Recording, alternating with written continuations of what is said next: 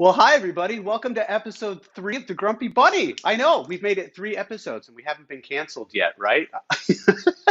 I suppose we should thank iLogic for that. They're the company that's been handling my wonderful distribution, handling everything from putting me on YouTube and Facebook and Twitter, as well as all over the website. They're responsible for all of the recipes. Well, I'm responsible for my recipes, but they're responsible for having all of my recipes online.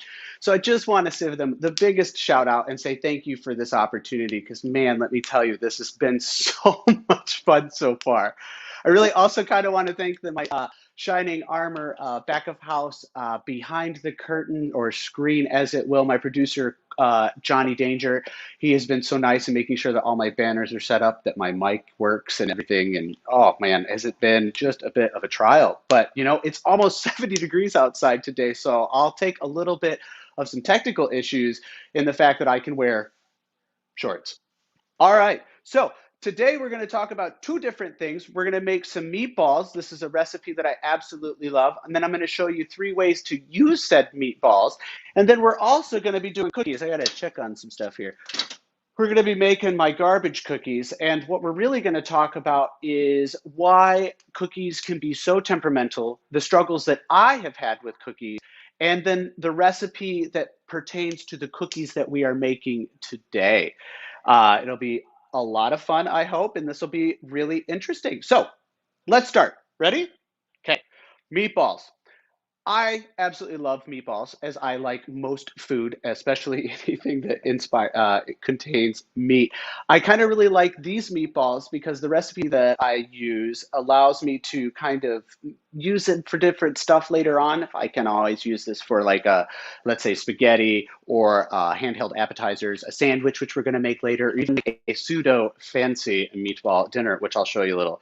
One of the nice things that I love about making these meatballs from home is, like always, I can decide how much salt, how much sugar, what spices go in. I've got no preservatives. And when I've cooked these meatballs off, once I've let them cool, I can go ahead and throw them in a Ziploc baggie, toss them in the freezer, pull them out at any given time, and they're still really tasty. So when it comes to meatballs, one of the things that I always suggest is using a blend of meats. In the case of this recipe, I'm going to use ground beef sirloin, ground beef chuck, and pork. The ground beef sirloin's got a 90-10 ratio. The chuck's got an 80-20 ratio. That means there's 80% lean meat compared to 20% fat. The sirloin's actually, I believe, 90% lean with 10% fat. The pork is, I don't know actually, but it's a little it works in well. I do like those blends like that together because it actually creates kind of a juicy meatball without being too dry. It's also again really versatile for many types of different dishes. You can, if you want, feel free to get like that ground shoulder or maybe a brisket. That's fine. I'm not going to hate on anybody on that thing. I think this is, most economical and the easiest way to make that. So anyway, first things first, let's get started. I got in the bowl here, as you can see, I've got 1 pound of the ground sirloin, 1 pound, half a pound of the ground pork, and then a half a pound of the ground chuck.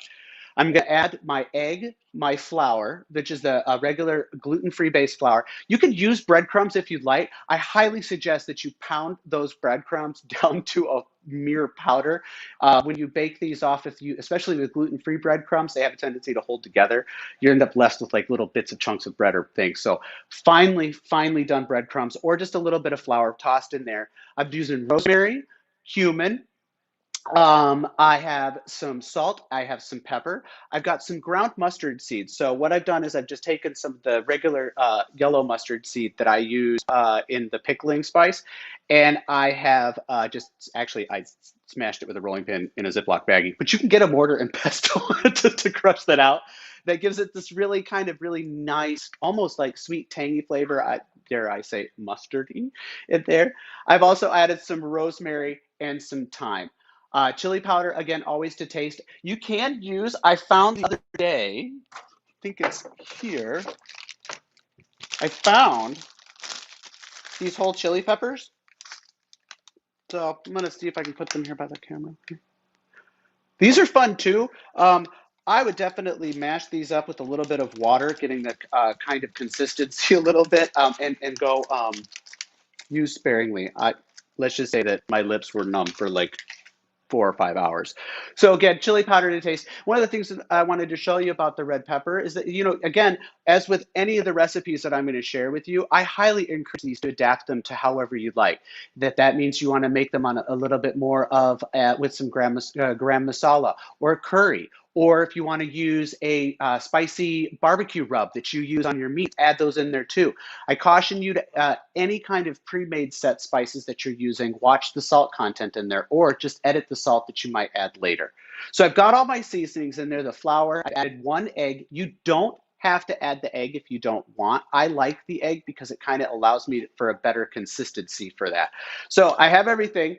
Rather than kind of show you and fret over this, today I have them mixed up for you. So I also want to tell you, you got that diced onion and roasted garlic. So roasted garlic is really easy. I have a garlic, whole garlic that I have here. I've cut the tops off the garlic, drizzled it with just a little bit of lemon, some salt, pepper, and then honestly, I sprayed it with some nonstick cooking spray. I threw it in the oven at 325 for about 30 minutes, left this golden crispy color. It leaves the garlic on the inside super soft and like almost like a butter and a paste. Nice, sweet. Oh my gosh, it's so good. I've added that in there too and some diced onion. I don't know about you, but I have the nice skills of a drunk toddler on a Tuesday. So you obviously want to get these as diced as fine as you can. I typically have a tendency to dice them really fine, and then I throw them in a blender, food processor, along with the garlic. That way I can ensure the fact that I've got a nice even mixture. I don't have like one meatball that has a ton of onion and a ton of garlic, and then another one that's missing all of that. So I've got all of the ingredients that I have in my meatball, and now we are ready to make said meatball. I'm going to go ahead and turn this on up here. I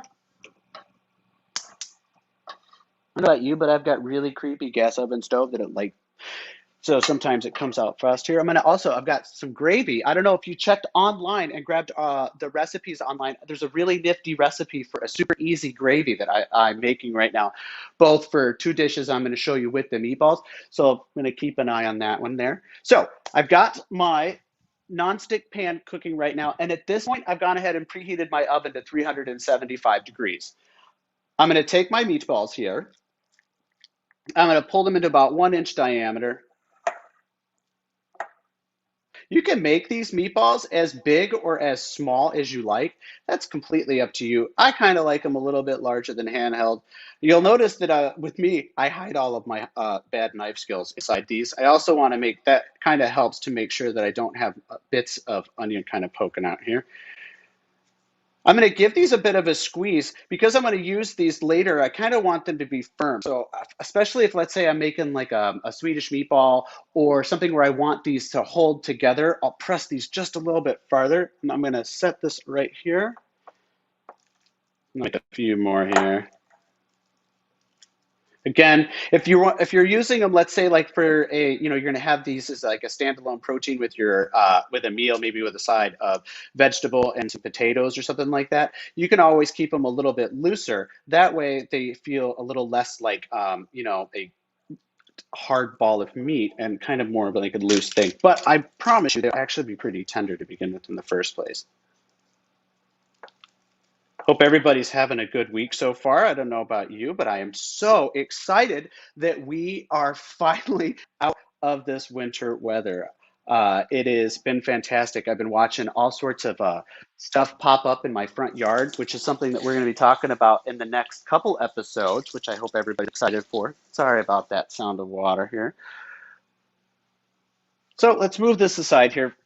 I'm going to take, once I've made all of my meatballs here, okay, I'm going to take my sauce and my nonstick skillet. A little bit of nonstick cooking spray. You can also use some olive oil or canola oil if you'd like. And I'm going to quickly sear these meatballs. So you don't have to sear the meatballs if you're not so inclined. They work just as fine. I really kind of like the color that comes at the top of them.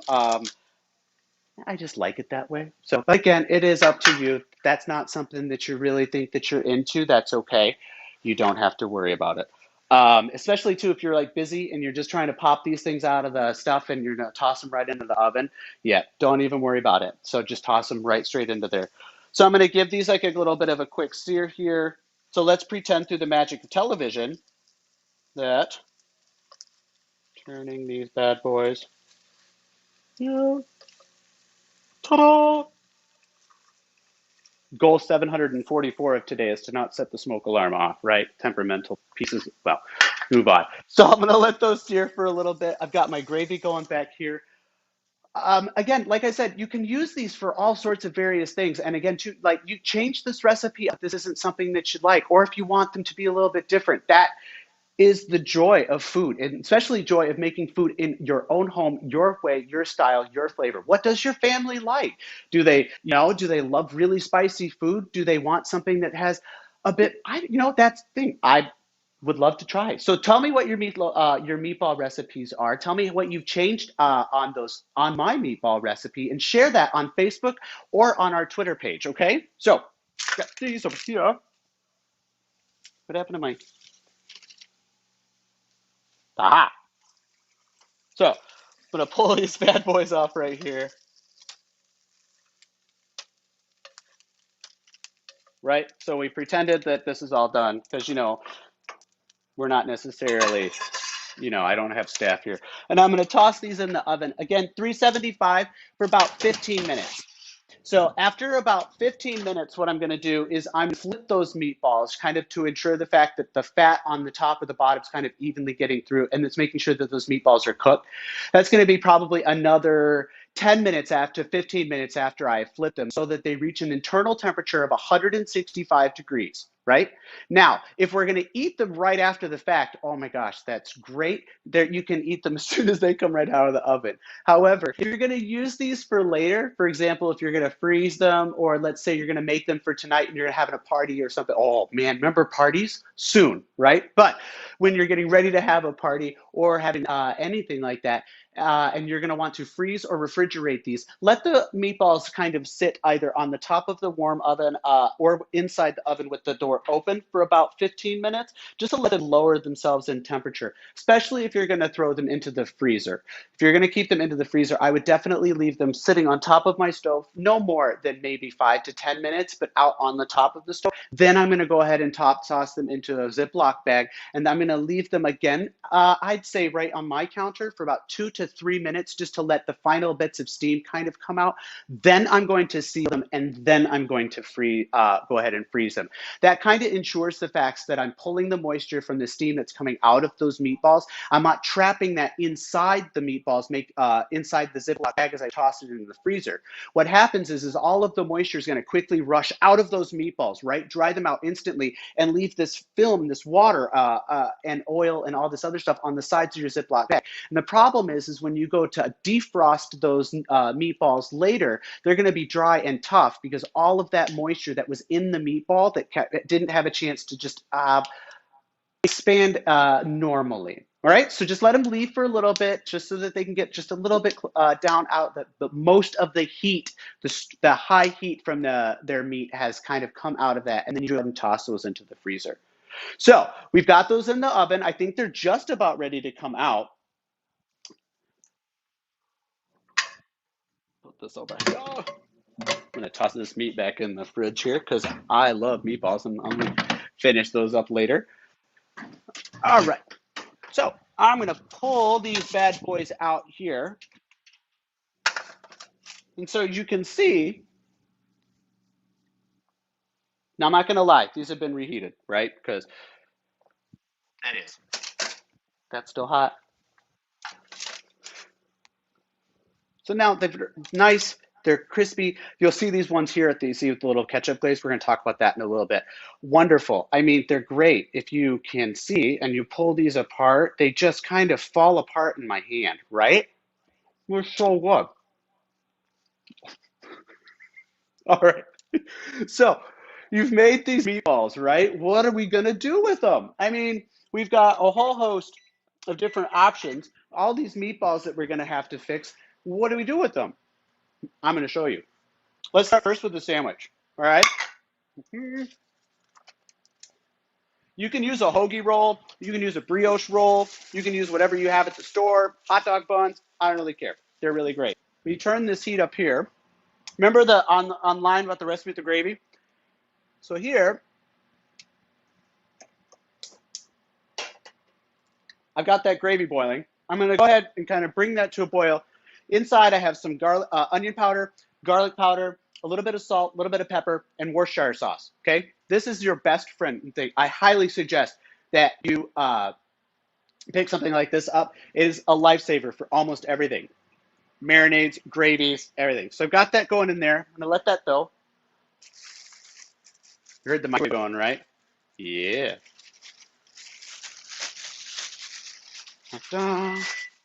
So these are from Rumi's, which is a gluten-free bakery that I absolutely love. But they don't make brioche rolls. So I'll take this, some mashed potatoes,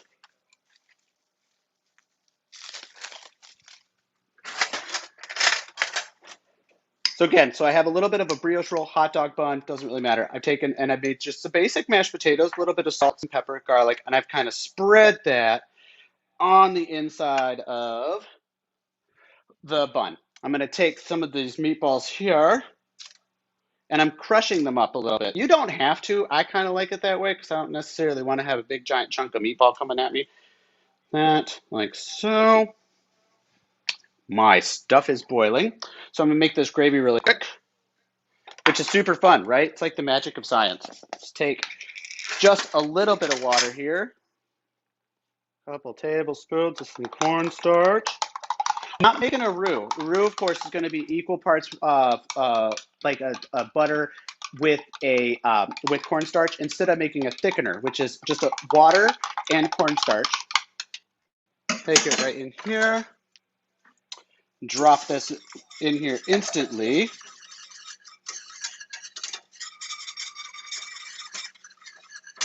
And in theory, it should work almost instantly, but sometimes you have to add a little bit extra.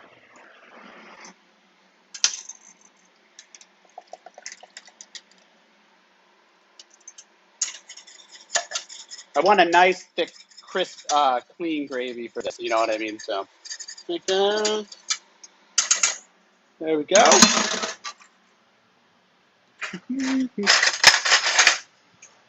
Take some of this gravy over the top here, and then wait for it.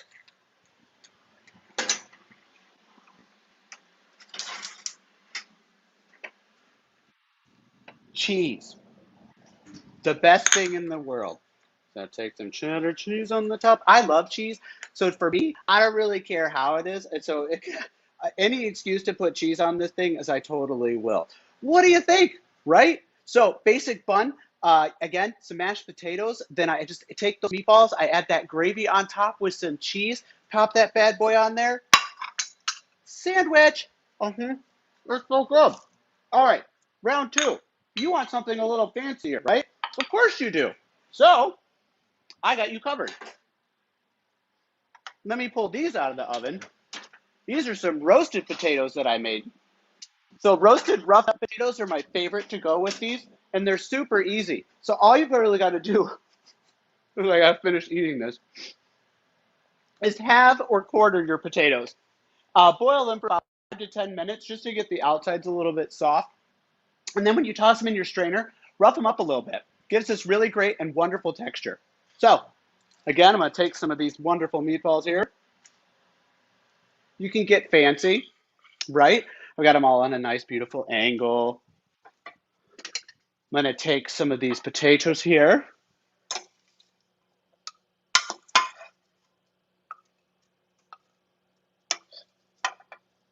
And again, because we all know everything tastes better with gravy, right? Oh. For the record, I would probably have liked my gravy to be a little bit thicker, but you know, seems like a proper Grumpy Bunny show wouldn't be a proper Grumpy Bunny show if everything worked in the right way, right? So then I've got over here is some steamed broccoli. some of that like that. Sprinkle some of this broccoli here with a little bit of lemon. So I added a little bit of lemon on that broccoli, some salt and pepper. So for our fancy meal, look at that. I've just made some simple meatballs. Again, those ones that I may have pulled out of here, some roasted potatoes, just some things that I could have pulled out of the pantry, roughed those up for a little bit, threw those in the oven, and some steamed broccoli, and I've got an even fancier meal. Now wait, there's more. What if you just want to have some handhelds? Maybe you're watching some sports. I've heard people do that occasionally, or maybe you are actually listening or watching some of the really great podcasts that iLogic has to offer, or draft fantasy football, or baseball, or just literally draft sports in general. They've got everything under the sun. Or you're watching stocks, or you're talking about bar stuff, or any reason at all, and you just want a simple snack. The best thing in the world. Take some ketchup, Worcestershire, a little bit of garlic, with some salt and pepper. Whisk that up and baste that. Yeah, again, if you make a meatloaf, you know where I'm going with it. Baste those meatballs with a little bit of that. Let those sit in the oven when they're warming up, so that it just kind of melts down. You get this really great glaze over the top of those. Oh man, they're great. So I've now made you 3 different ways to eat the same meatball. We've had a chance to make these meatballs, and now I have empowered you to go and try to make your favorite meatball. Now, I hope that my meatball is always going to be your favorite meatball, but as always, like I said earlier, in any Grumpy Bunny recipe, I want you to try something new, try something different, and then share it. Tell people about it. There's no point in making food that or coming up with wonderful, great things if we can't share them with each other. I think that, if a recipe gets hidden, or your favorite thing, now well, I take that back. There are some things that I don't think I'll ever share, certain recipes, but I really want you to come up, try your things, and do your own thing, right? Tell me about it, talk about it on Facebook, all sorts of other stuff like that. So, wow, right? We got through that. And we're at 22 minutes. Woo! Yay! So, moving on. Ready to talk about cookies? We've had our fill. We've had sandwiches. We've had meatballs on well, they were supposed to be on a stick, but I forgot to buy toothpicks. And we've had a fancy meatball dinner. And now we want something to eat for dessert, and those are going to be cookies. I was going to make these for you here and kind of show you all of the ways that it is to kind of blend and mix and go through that. But I really wanted to talk to you about how hard or temperamental cookies can be. And I really want to share the struggles that I've had with making cookies, if in fact you are also having some of those same issues. I'm sure there's quite a few of you that have made cookies since the dawn of time, and you know everything there is to know about cookies. And I think that is amazing. However, I have never been good with making cookies. I try. Savory food, I seem to be able to do really, really well. But when it comes to things like this, sometimes I struggle. So these are my garbage cookies, and you might think that the reason why I call these garbage cookies is because they contain everything and the kitchen sink, but in fact you are wrong. I call them garbage cookies because more often than not, these end up in the garbage. Not because they don't taste good, but because they don't look right, or I burnt them, or they spread and they weren't crispy, or they were too soft, or they got too dry, or they didn't drop and fall. They stayed in those tiny little clumps. And I thought we would talk about how to make these cookies, and then kind of as we go through these step by step, we can talk about the importance of, in any cookie recipe, what's important about and why perhaps your stuff may not be turning out the way that you like. So you'll see that I've got the same cookie recipe here, but you'll distinctly different cookies. These are light and crisp. Look at that, right? They have almost a peel away center to it. They're wonderful. These are little hockey pucks. They're burnt. I like break that apart. They just crumble apart, right? We've all had this. We've all dealt with that, right? Why? Why? So let's start first with number one. When it comes to using your dry and wet ingredients for cookies, and again, this is different in every cookie recipe is going to be a bit different. So we're going to talk about mine, and then I might separate a little bit away and discuss about what might be different in other cookies. So for these cookies, it is important that you separate your dry ingredients from your wet ingredients. So in one bowl, you're going to use your flour, your baking soda, your oats, your salt, and that's it.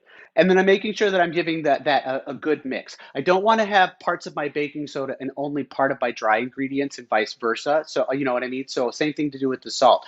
Because one of the things about baking I have learned is that it is, well, a struggle for me. But they're very particular. Everything has to be perfect. Your butter has to be the right temperature. If the recipe calls for the butter to be melted, it needs to be melted, not softened.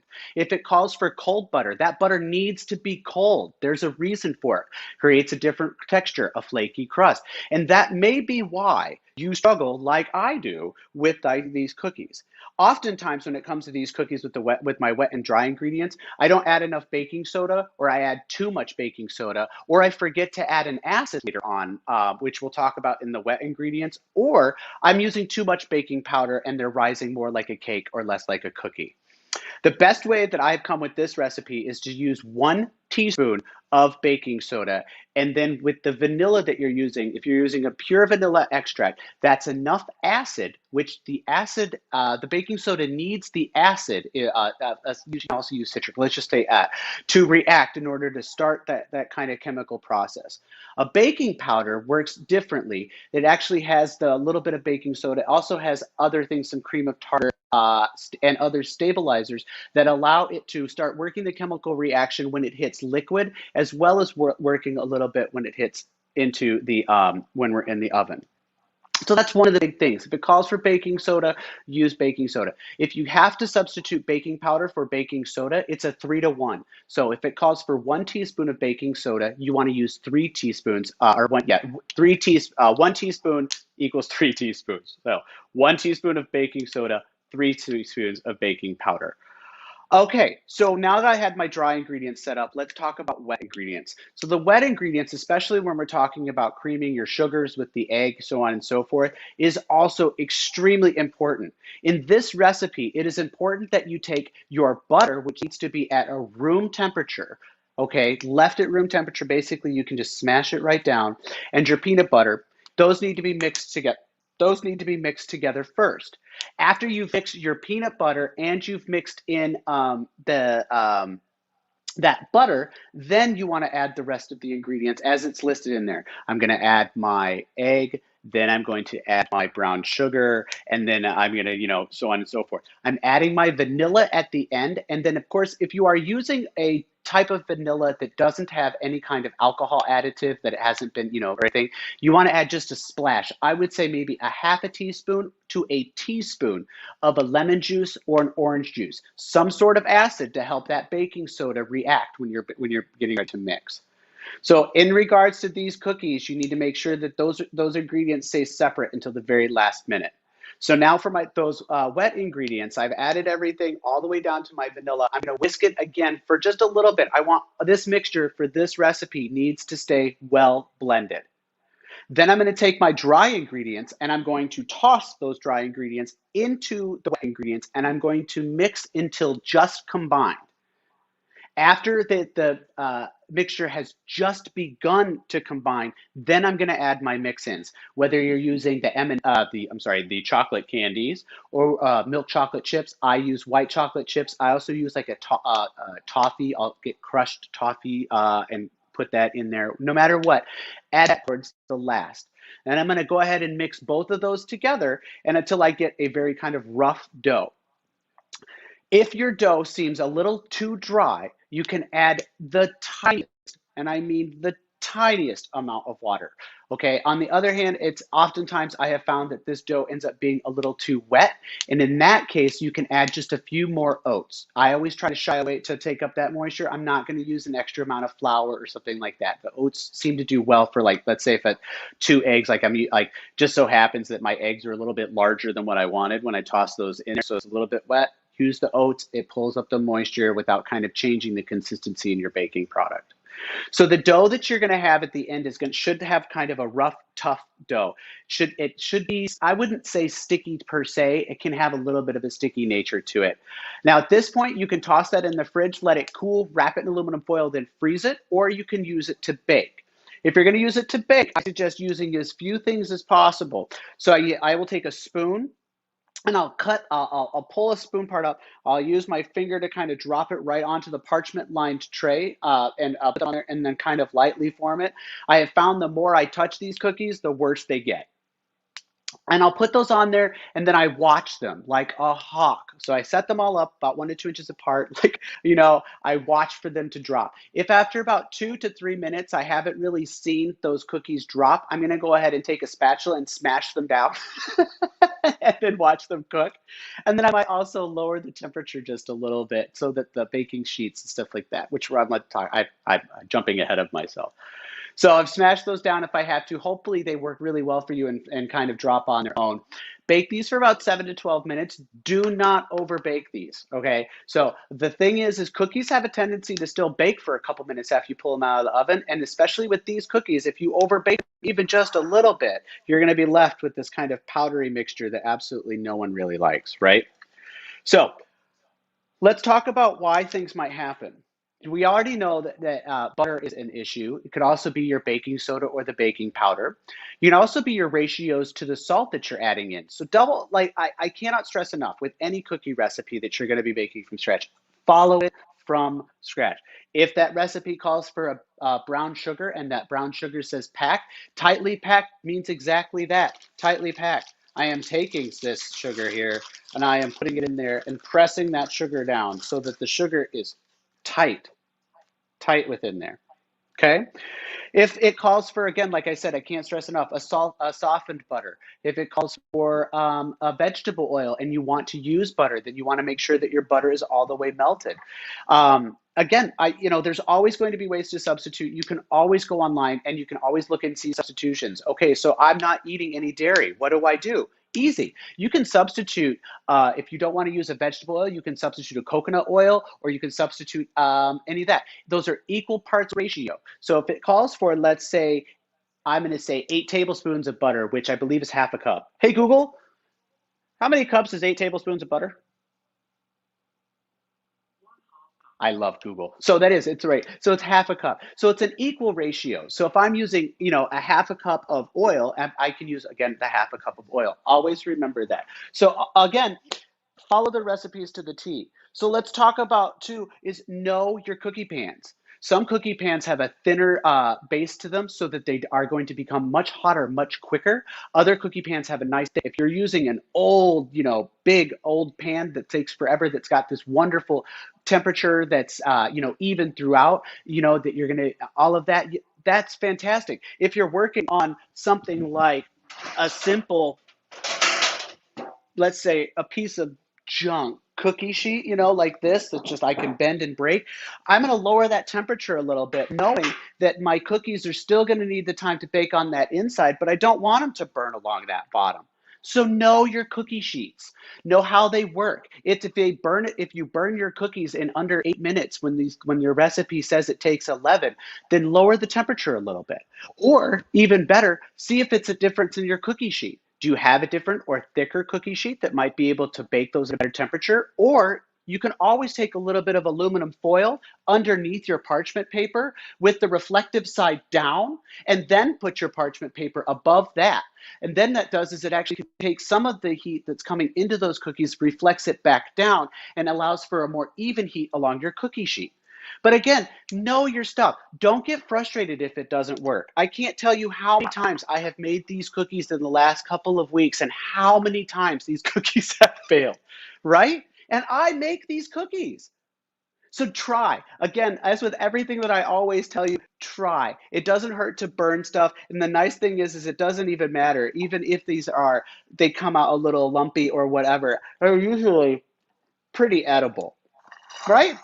So you have homework this week. I want you to try to make cookies, whether they're my cookies or another set of cookies that you see, maybe some chocolate chip cookies that you've always wanted to try, that you've been too afraid to. I want you to try it.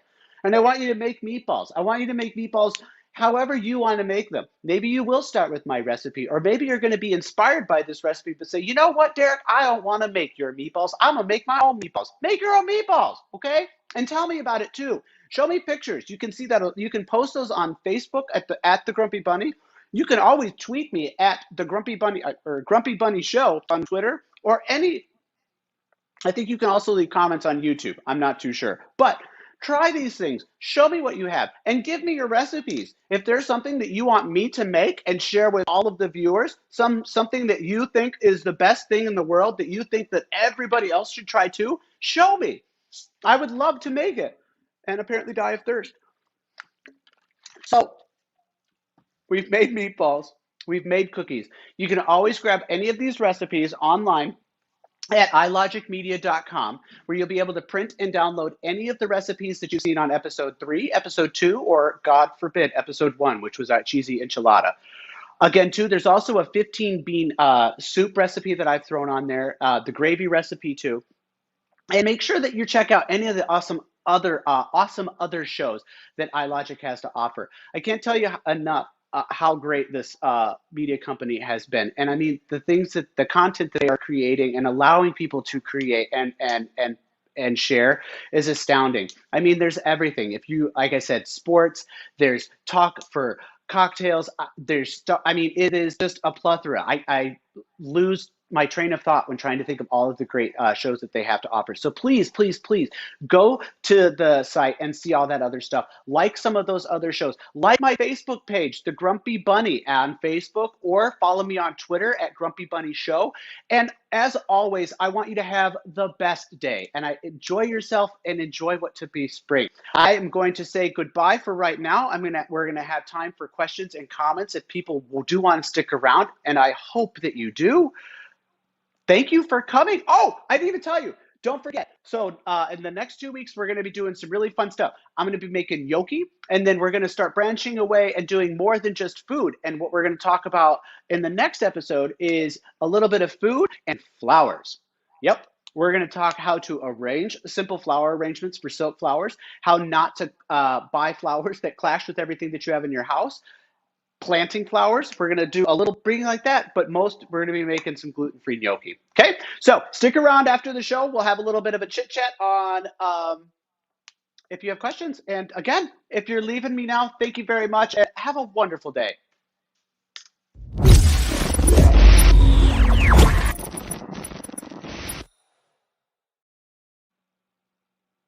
All right, so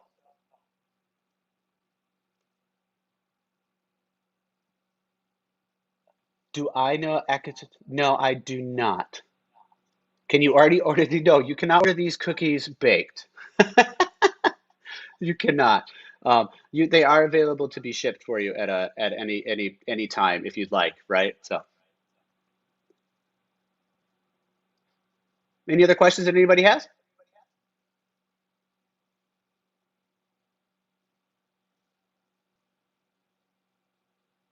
Awesome. Well, thank you everybody for coming to the show, and I can't thank you enough for supporting everybody for those of you that have been watching me since episode 1. Oh my gosh, you deserve medals. Really, you honestly do. And I just can't thank you guys all enough for being so supportive and watching the show and all of the wonderful comments and suggestions and everything like that has been amazing. So thank you so much, and we will talk to you all later.